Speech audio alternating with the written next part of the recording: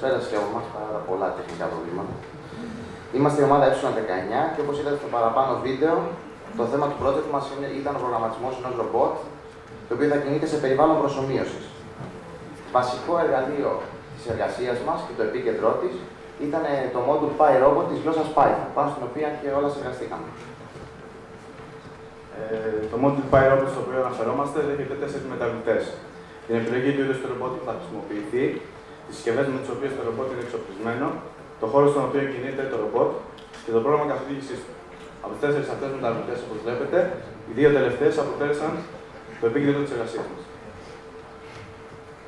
Στο κάτω μέρος της οθόνης βλέπετε το PyRobot.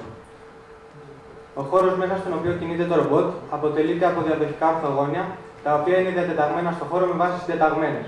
Τα μπλε ορθογώνια, όπως μπορείτε να δείτε, αποτελούν τα εμπόδια τα οποία το ρομπότ πρέπει να αποφύγει, ενώ αυτά που βλέπετε με μαύρο χρώμα αποτελούν τον δρόμο τον οποίο το ρομπότ καλείται να διασχίσει. Ο κώδικας για τη δημιουργία εγκεφάλου, που επιτρέπει την αποφυγή εμποδίων και τη διάσκηση του λαβυρίθου, βασίζεται στις τιμές των εισιτήριων, οι οποίοι είναι οι άσπρες γραμμές της εικόνας διαφάνειας και στην κατάλληλη μετάβασή του σε εντολές κίνησης. Έτσι, δημιουργήθηκαν με βάση δεδομένων και χρησιμοποιήθηκαν εντολές για αυτόν τον σκοπό. Ακόμα, ο εγκέφαλος, λόγω πρόσθετων εντολών, επιτρέπει τον ελάχιστο συνολικό αριθμό στροφών για την αποφυγή των εμποδίων και συνεπώς τον ελάχιστο συνολικό χρόνο διαδρομής.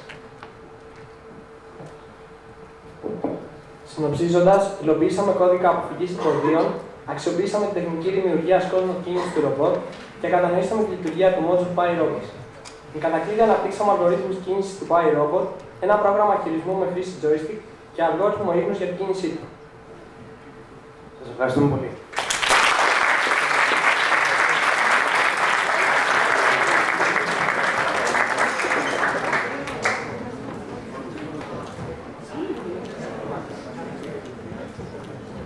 Χαίρετε. Το θέμα της δικής μας εργασίας ήταν μια εφαρμογή γραφικών παραστάσεων. Αυτό σημαίνει ότι από τη μία θα έχουμε εργαλεία για την προβολή των γραφικών παραστάσεων στο χρήστη και από την άλλη θέλουμε τις κατάλληλες μαθηματικές δυνατότητες. Λοιπόν, λίγα λόγια για το τι είναι για τον υπολογιστή μια εικόνα. Μια εικόνα είναι ένα αρχείο, ένα διαδικό αρχείο. Αυτό σημαίνει ότι αποτελείται από bytes οποιαδήποτε τιμής, σε αντίθεση με τα αρχεία κειμένου. Η αρχή του αρχείου περιέχει πληροφορίες που βοηθάνε το λειτουργικό σύστημα έτσι ώστε να καταλάβει γιατί αρχείο πρόκειται, ποιες είναι οι διαστάσεις του. Ανάλογα με το πόσο χρώματα χρησιμοποιούμε, το πιο διαδεδομένο είναι τα 24 bit, χρησιμοποιούνται η κατάλληλη κωδικοποίηση των pixel. Στα 24 bit έχουμε 3 bytes για κάθε pixel, ένα για το μπλε, ένα για το πράσινο και ένα για το κόκκινο, σε αυτή τη σειρά. Και για μεγαλύτερη ευκολία γίνεται στρογγυλοποίηση του αριθμού των bytes προσθέτοντας μηδενικά. Όσον αφορά τα μαθηματικά εργαλεία που δίνει η εφαρμογή μας, έχουμε τη δυνατότητα προβολής συνάρτησης με πολικές συντεταγμένες, όπως είδατε και στην αρχή.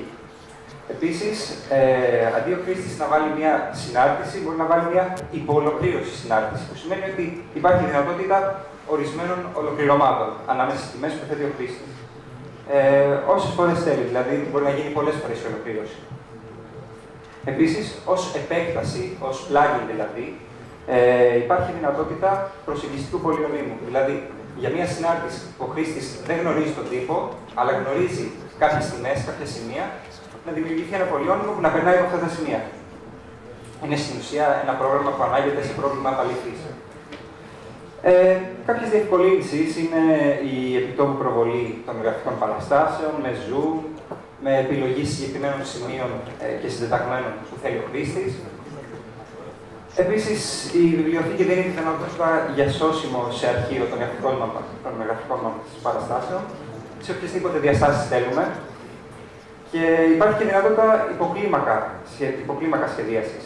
Κανονικά, για το πρόγραμμα, κάθε πίξελ αντιστοιχεί σε μία μονάδα. Όμως, μπορεί ο χρήστης να διαλέξει αυτό και να το αλλάξει. Ευχαριστώ πολύ.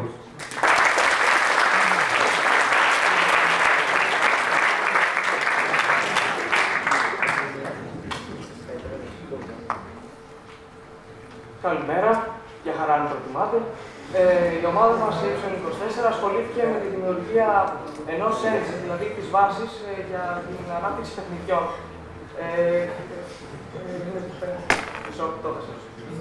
Έχουμε εστιάσει σε δυσδιάστατα γραφικά.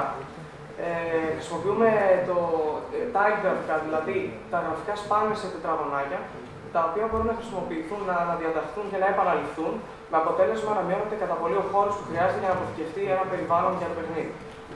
Το engine απευθύνεται κυρίως σε παιχνίδια RPG, όπως θα δείτε και από τα screenshot, ταιριάζει περισσότερο.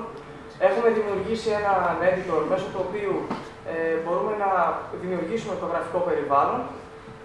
Χρησιμοποιούμε tiles οποιοδήποτε μεγέθους.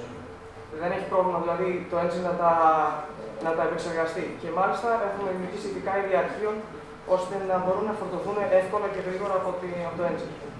Έχουμε δημιουργήσει και ένα demo του παιχνιδιού, όπου φαίνονται διάφορες λειτουργίες που έχουν δημιουργηθεί ως τώρα, κυρίως τα events, για τα οποία θα μιλήσω σε ένα λεπτάκι.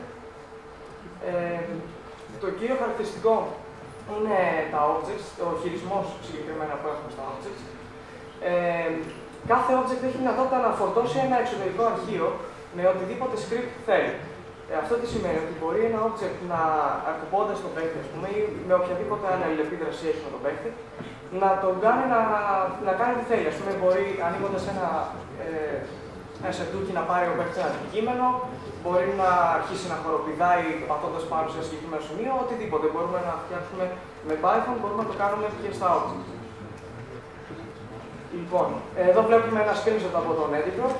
Η πάνω οθόνη command line είναι όταν πρωτοανοίγουμε το πρόγραμμα και εκεί έχουμε τη δυνατότητα είτε να δημιουργήσουμε καινούριο περιβάλλον, είτε να ανοίξουμε ένα ήδη υπάρχον προς επεξεργασία.